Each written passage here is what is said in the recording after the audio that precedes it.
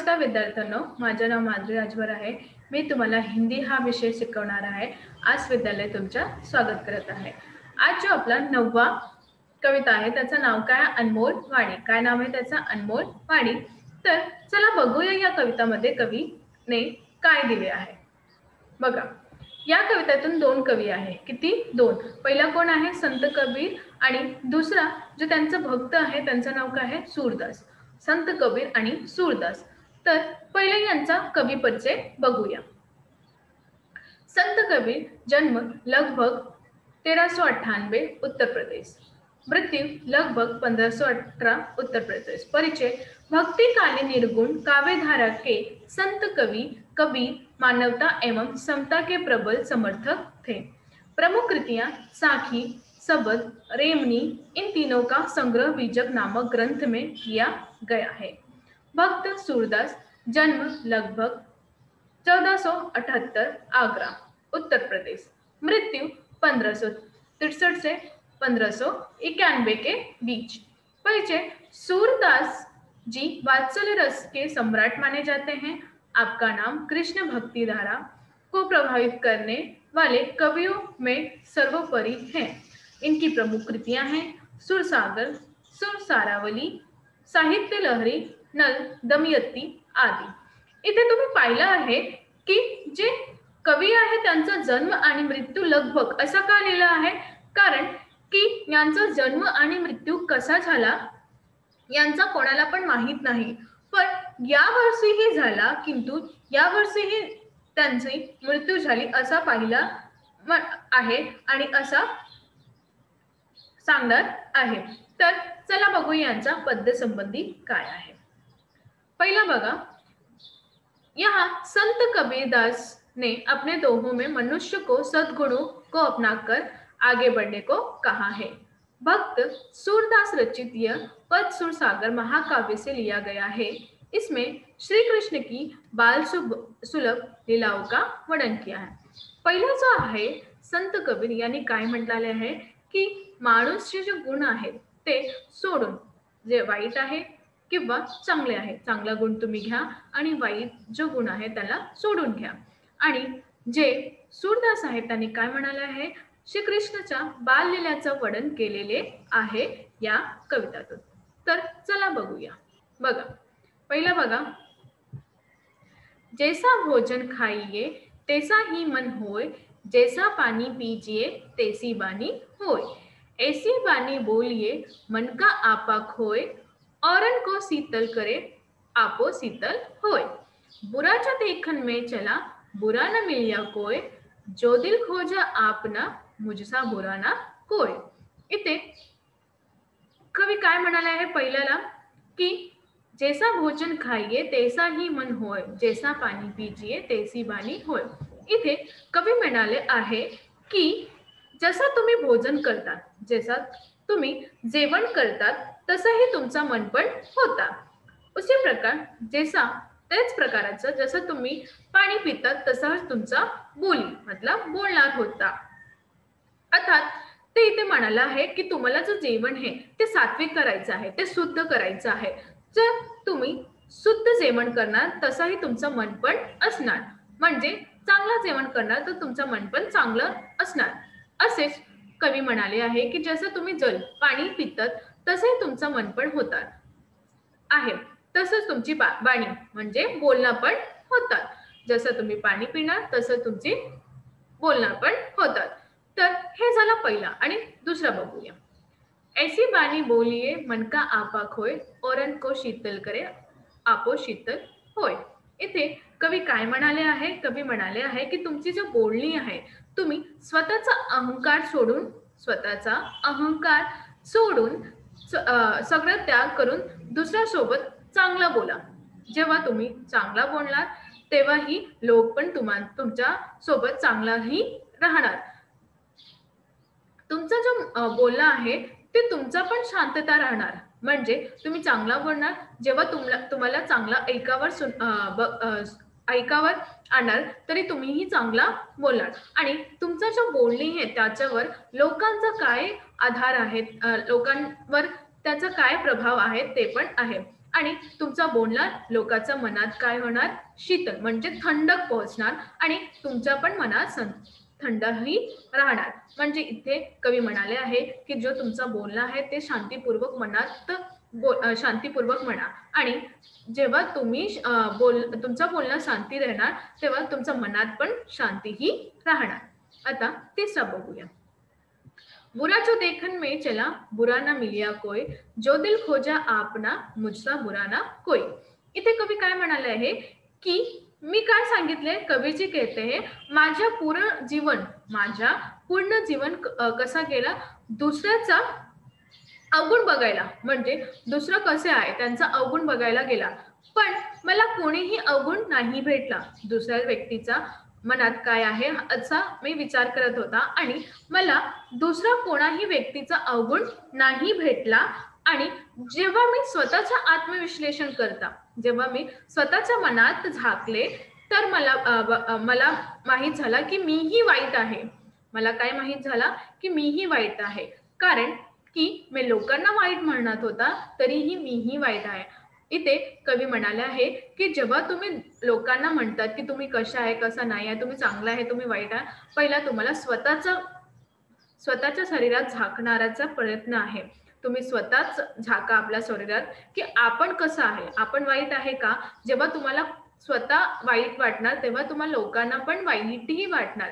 जेव्हा तुम्ही स्वतःला चांगला बोलणार तेव्हा तुम्हाला लोक पण चांगलाही राहणार. हे झाले आपला बघा. मैया कभी बढ़ेगी चोटी, किती बार मोही दूध पियत भई, ये अजू है छोटी, तू जो कहती बल्कि बेनी, जो हवे है लांबी मोटी, काचो दूध पियावत पची पची देत ना माखन रोटी, सूर श्याम चिरंजीव दऊ भैया हलदर की चोटी. इथे सूरदास काय म्हणाले आहे की इथे जे बालकृष्ण आहे, जे बाल कृष्ण जे आहे, जे बालपणापासून काय म्हणत आहे आपल्या आईला की तू सांगितले होती माझी चोटी काय नाही वाटते, माझी जे चोटी आहे म्हणजे माझे जे केश आहे जे चोटी आहे ते काय नाही वाटते, आणि तू म्हणाली होती जेव्हा तू दूध पिणार तरीही ही वाढणार, पण मी किती वेळापासून दूध पियत आहे ते आजपर्यंत, म्हणजे आजपर्यंत ते लहानच आहे, ते काय आहे लहानच आहे. तू जो कहती बल्कि बेनी, जो हवे हे लांबी मोठी, आणि तू म्हणाली होती जेव्हा मी दूध पिणार तेव्हा माझी जी चोटी आहे ते खूप मोठी होणार, कसा जसे दादाची आहे म्हणजे माझे भाऊची आहे तसं हे मोठी होणार, पण हे आजपर्यंत पण ही लहानशी आहे.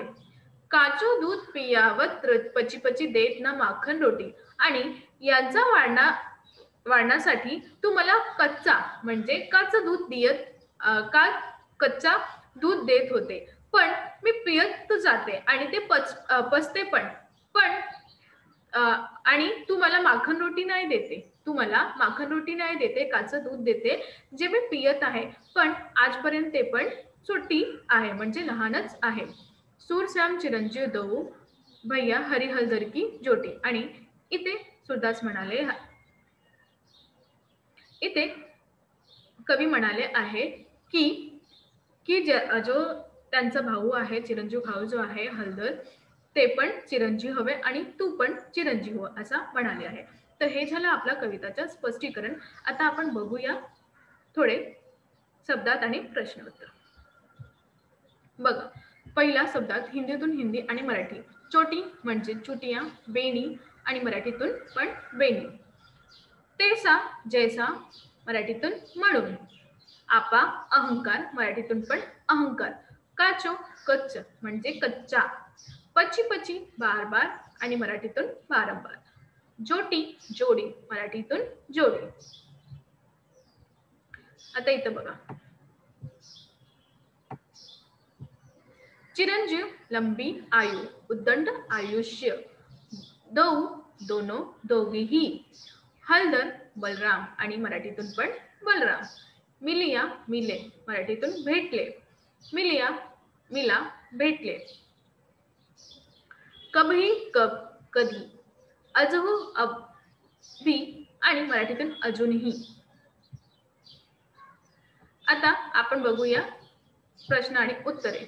पहिला, सूचना के अनुसार कृतियां करो. पहिला आहे ऐसी वाणी बोलिये, बोलणी है. इथे काय सांगितलं, तुमची वाणी कशी होते, तर त्यांचं उत्तर इथे आहे आणि तुम्हाला कुठे लिहायचं हे तुम्हाला माहित आहे. पहिला बघा, इथे लिहायचं आणि दुसरा इथे. तर पहिला काय आहे, जिससे दूसरों को शांती मिले, जेव्हा लोकांना शांती भेटणार. आणि दुसरा, अपना मन भी शांत हो, आणि आपलं जे मन आहे ते पण शांत होणार.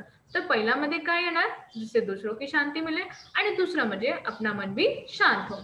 दुसरा, कविता में इस अर्थ में आए शब्द लिखो. हे अर्थ आहे, त्यांचा शब्द काय आहे कवितातून ते लिहायचं आहे. तर पहिला काय आहे, ठंडा, याचा शब्द आहे शीतल. दुसरा, कोय, याचा शब्द आहे कोय. तिसरा आहे बलराम, म्हणजे हलदर. मक्खन म्हणजे माखन. तर हे झालं आपला अर्थ आणि शब्द. आता दुसरा बघूया. बघा तिसरा, श्री कृष्ण द्वारा चोटी के संदर्भ में की गई बातें. चोटी या संदर्भात काय म्हणाले आहे ते बघूया. पहिला आहे, मेरी चोटी कब बढ़ेगी, माझी जो चोटी आहे ते कधी वाढणार. आणि दुसरा, मैं कितनी बार दूध पीता हूँ पर ये अभी भी छोटी है. मी किती बार वेळ दूध पियत आहे पण हे आजपर्यंत लहानच आहे. तर हे आपला तिसरा प्रश्न उत्तर झाला. आता चौथा बघूया. बघा, भोजन का प्रभाव टिप्पणी लिखो. तुम्हाला टिप्पा लिहायचा आहे. बघा, सुखी रहने के लिए स्वस्थ रहना आवश्यक है. जरी स्वस्थ रहता है तो मन स्वस्थ रहता है. इथे कवी म्हणाला आहे की जेव्हा तुम्ही सुखी होणार, तुमचा आनंदी होणार, तुमचा मन पण शांत राहणार आणि तुमचा स्वस्थ पण छानच राहणार. आणि शरीर हा स्वस्थसाठी मनात पण स्वस्थ राहायचा आहे. शरीर की तंदुरुस्ती भोजन पर निर्भर करती है. इस संदर्भ में महत्वपूर्ण है की भोजन कब और कैसे करें. जे तुमचं शरीर आहे त्यांचा वाढणारा काय आहे, भोजन, जेवण आहे. तर जेवण तुम्ही कसं करणार आहे, कधी करणार आहे, हे पण महत्वपूर्ण आहे. भोजन नियम से मौन रहकर चबा चबा कर करना चाहिए. भोजन जे आहे म्हणजे जेवण जे आहे ते नियमानुसार जेवणार आहे आणि चबून चबून खाणार आहे.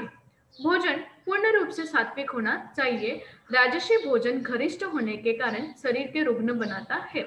तुमचं जे भोजन आहे ना ते छान पेक्षी सात्विक म्हणजे सामान्य राहणार आहे. आणि जे राजसी भोजन आपण खाते तेव्हा आपल्या शरीरात काही रुग्ण येतात आणि आपण आजारी पडते. वहीं तमामी भोजन करने से शरीर, मन और बुद्धि पर घातक प्रभाव पड़ता है. इनसे अनेक प्रकार की बीमारियां उत्पन्न हो जाती है.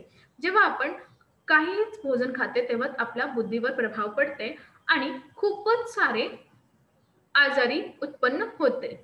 मन तमसे स्वलंब, क्रोधी, चिंताग्रस्त और चिड़चिड़ा हो जाता है. बुद्धि स्थूल और जड़ प्रकृति की ही हो जाती है. जेव्हा आपण चांगलं भोजन नाही खाते तेव्हा आपला जो मन आहे ते क्रोधित होतं, चिंताग्रस्त होतं आणि आपण चिडचिड करत असतात. आणि आपला जो मन आहे, हृदय है, ते शून्यपणा चालते. ऐसे लोगों का हृदय मानवीय संवेदनाओं से शून्य हो जाता है. भोजन से शरीर का पोषण तो होता ही है, मनुष्य का व्यक्तित्व यानी गुण, कर्म, स्वभाव और संस्कार भी बनते हैं. इसलिए कहा गया है, जैसा भोजन खाइए तैसा ही मन हो. आणि इथे बोलतं शरीरात आपल्याला पोषण भेटतात, जेवणात आपल्याला पोषण भेटतात आणि आपल्या शरीराचा आकार होता. जेव्हा आपल्या शरीरात गुण, कर्म, स्वभाव हे संस्कार बी बनवून जाते. तर असं म्हणाले आहे की जेव्हा तुम्ही चांगला खाणार तेव्हाही तुमचं मन पण चांगलंही असणार. तर आज आपण काय शिकलो, आज आपण हे शिकलो की आपल्या जो मनात आहे की तुम्ही काय करत आहे, काय नाही करत आहे, हे पहिला पटवून घ्या. आणि आपला जो बोलणी आहे ते एकमेकाशी कशी होणार आहे, तुमची बोलणी कशी होणार, हे अतिशय घटक आहे. जेव्हा तुम्ही चांगला बोलणार तेव्हा तुम्हाला पण लोक पण चांगलं बोलणार. जेव्हा तुम्ही लोकांना वाईट म्हणणार तेव्हा लोकां पण तुम्हाला वाईटही करणार. आणि इथे एक बालसाहित्य, बाललीला दिले आहे. बाललीला म्हणजे बालकृष्णाची लीला दिली आहे. ते कसं आनंदित आणि कसं म्हणते की जेव्हा तुमचा आई तुम्हाला चांगलं जेवण नाही देतात, जसं कारल्याची भाजी देणार, तर तुम्ही कसं वाटतं की हे काय कारल्याची भाजी तुम्ही देते, मला कडू लागते. पण ते कारल्याची भाजी तुमच्या शरीराला किती आवश्यक आहे ते तुम्हाला माहित नाही आहे. तर इथे कवी म्हणाला आहे की जो तुमच्या शरीरात उत्पन्न आहे, जे आवश्यक घटक आहे, बोलणं पण आणि जेवणं पण, ते अति आवश्यक घटक तुम्ही घेऊन या तुमच्या शरीरात वाढूया. धन्यवाद.